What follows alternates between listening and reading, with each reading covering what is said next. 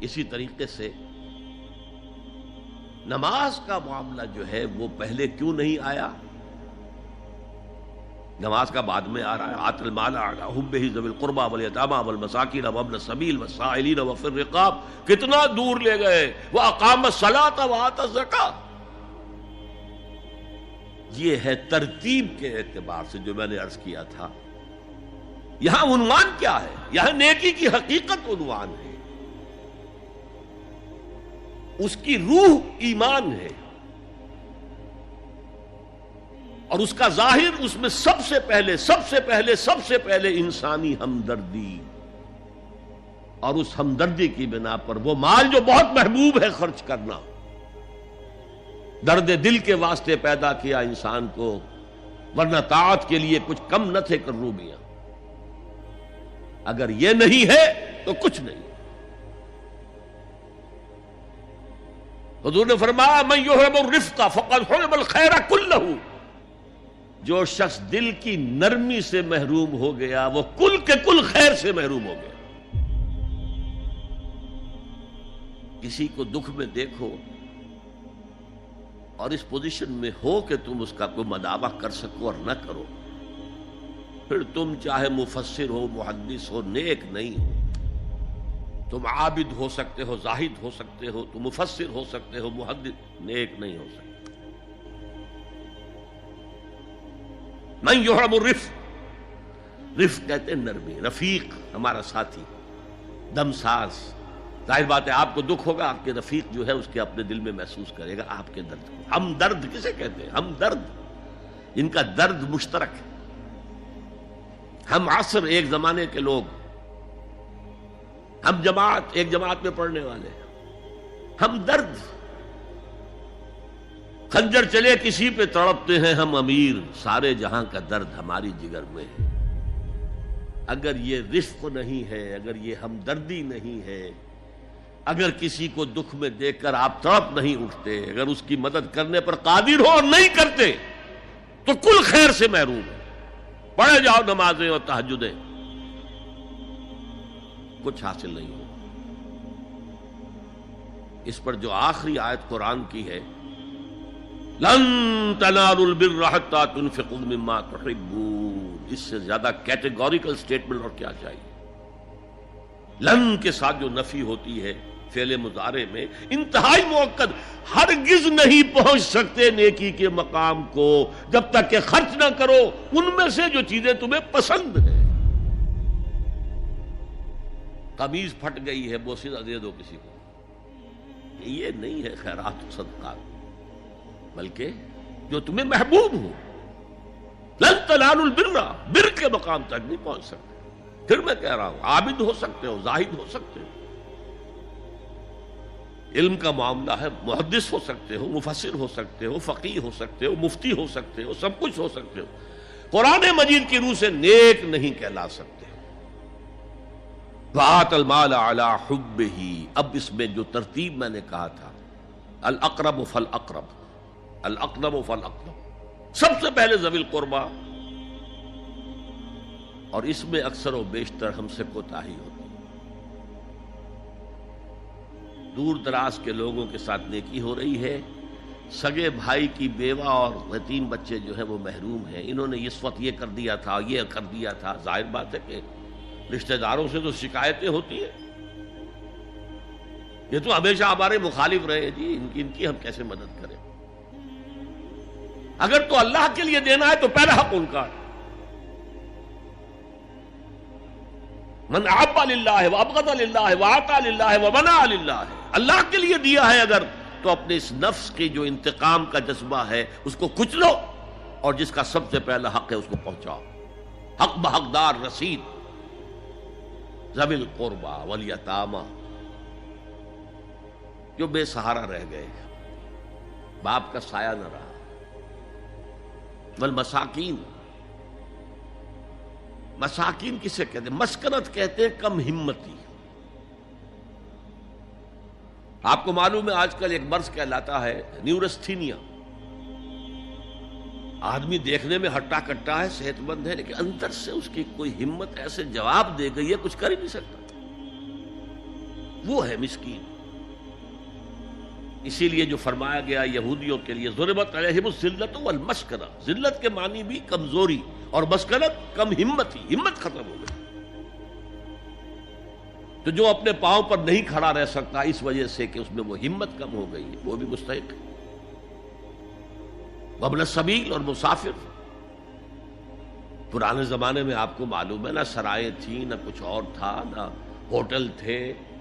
پھر اگر کہیں راستے میں چوری ہو گئی، ڈاکہ پڑ گیا، تو آدمی جو ہے گھر میں خود ہے، کفیل ہے، اچھا ہے. اس وقت کی حالت ایسی ہو گئی. ہمارے ہاں بیگرز نے اسی کو ایک بہت بڑا بہانہ بنایا ہوا، جی میں آیا تھا وہاں سے اور یہاں سے اور میری جیب کٹ گئی، سب کچھ چلا گیا، اب مجھے واپس جانے کے لیے کرایہ چاہیے. اکثر و بیشتر جھوٹے کیسز ہوتے ہیں. اگر آپ کسی کو پکڑ لیں اور ساتھ لے کر کہیں تحقیق کراؤ تو وہ بھاگ جائے گا، پھر نہیں آئے گا اس مسجد میں. لیکن یہ کہ ابن السبیل یہ بھی ایک کھاتا ہے. والسائلین، یہ ذرا تفصیل طلب معاملہ ہے.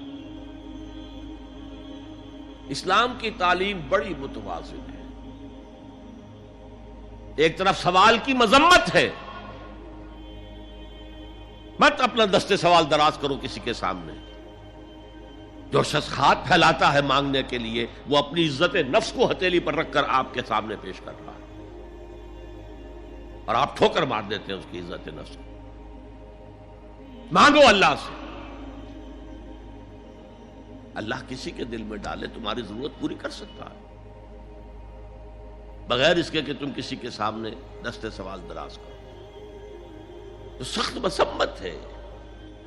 اور خاص طور پر بیگری جو ایک انسٹیٹیوشن بن گیا ہے، ایک پیشہ بن گیا ہے، وہ تو اسلام کی تعلیمات کے منافی ہے. اور جس طرح کی ہم خیرات بانٹتے ہیں، 5 روپے کا نوٹ دے رہے ہیں مانگنے والوں کو مسجدوں کے باہر، سمجھ رہے ہیں ہم نے حاتم طائی کی خبر کو لات مار دی، حالانکہ حقیقت میں آپ انسٹیٹیوشن آف بیگری کو سپورٹ کر رہے ہیں.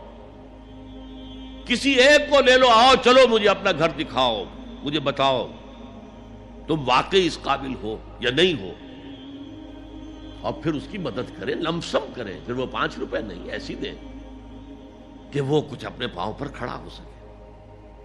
میں نے 1 روپیہ نہیں کہا، کہ 1 روپیہ تو اب کوئی شے نہیں رہی، لیکن یہ کہ 5 روپے کا نوٹ بھی آپ نے تقسیم کرنے شروع کر دیے، یہ کیا ہے؟ وَالسَّائِلِينَ وَفِي الرِّقَابِ. لیکن دوسری طرف سائل کو جھڑکنا نہیں ہے. اما السائل فلا تنہر، جھڑکو نہیں. اچھا بھائی نہیں، معاف کرو، میرے پاس اس وقت آپ کی مدد کے لیے کچھ نہیں ہے، میں کچھ نہیں کر سکتا. پہلا رب نو یار دا شوق ہویا،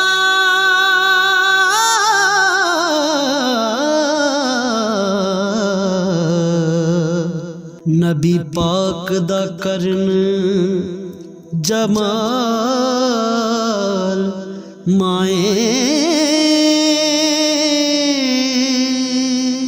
آیا وہی لے کے ہویا ترت حاضر، تے لیا یار نے یار نو پھال مائیں. تو ان دونوں کے درمیان اصل میں معاملہ ہونا چاہیے.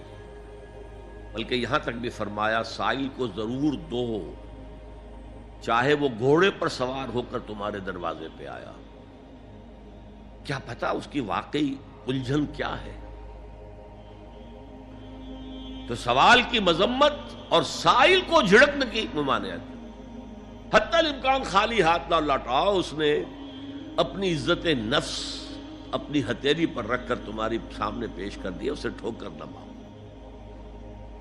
لیکن جیسا کہ میں نے عرض کیا، یہ انسٹیٹیوشن آف بیگری جو ہے یہ ایک علیحدہ شے ہے بالکل، اس کا اس سے کوئی تعلق نہ سمجھیے. وفر رقاب، رقاب جمع ہے رقبہ، گردن. فک رقبۃ او اطعام فی یوم ذی مسغبۃ یتیما ذا مقربۃ او مسکینا ذا متربہ. فک رقبۃ، کسی کی گردن چھڑا دینا. اس وقت سب سے بڑی اپلیکیشن اس کی تھی غلاموں کو، کنیزوں کو اپنے پیسے سے خرید کر آزاد کر دینا. بہت بڑی نیکی، بہت بڑی نیکی. اور حضرت ابو بکر رضی اللہ تعالیٰ عنہ کے دفتر فضائل میں سب سے اونچا کام یہ ہے کہ جن غلاموں کو اور جن کنیزوں کو ستایا جا رہا تھا، دیئر اونرز، دیئر ماسٹرز، ان کے آقا کو حق حاصل تھا جو چاہے کریں ان کے ساتھ، قتل کر دے کوئی پوچھنے والا نہیں ہے. میں پہلے بھی عرض کر چکا ہوں، میری ملکیت ہے، جیسے میری بکری میری ملکیت ہے، میں نے اس کو ذبح کیا، گوشت کھا لیا، تم کون ہوتے ہو پوچھنے والے؟ میرا غلام تھا، میں نے قتل کر دیا، تم کون ہو پوچھنے والے؟